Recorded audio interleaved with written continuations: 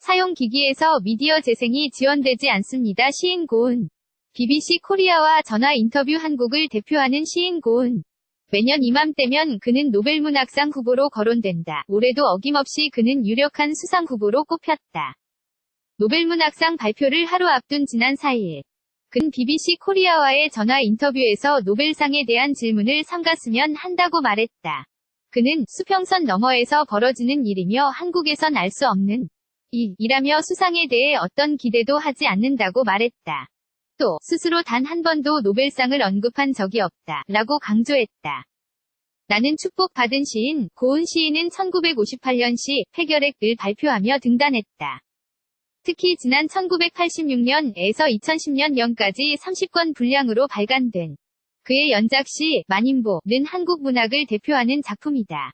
만인의 삶에 대한 기록이란 이름처럼 만인보는 총 4001편에 걸쳐 한국 민족의 다양한 삶을 묘사하고 있다. 그의 시는 현재 50여 국가에서 총 33개 언어로 번역돼 출판됐다.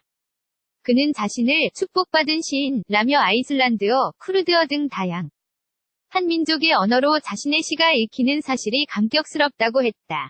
올해 84세, 내년이면 등단 60주년이 되지만 그는 여전히 시를 쓰고 있다. 그는 하루하루 시를 쓰는 작자로 살고 있고 또 책을 읽는 독자로 살고 있다. 며 최근 완성한 서사시가 곧 출판될 예정이라고 밝혔다.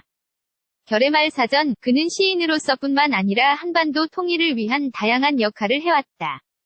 한국의 문학가를 대표해 북한을 여러 차례 방문했으며 특히 지난 2000년 평양에서 열린 남북정상회담의 수행단으로 참가했을 땐 북한과 한국의 대표단이 참석한 만찬장에서 통일의 염원을 담은 시를 지어 낭독하기도 했다. 지난 2006년부터는 결의말 큰 사전 남북공동편찬사업회 이사장으로 활동하고 있다.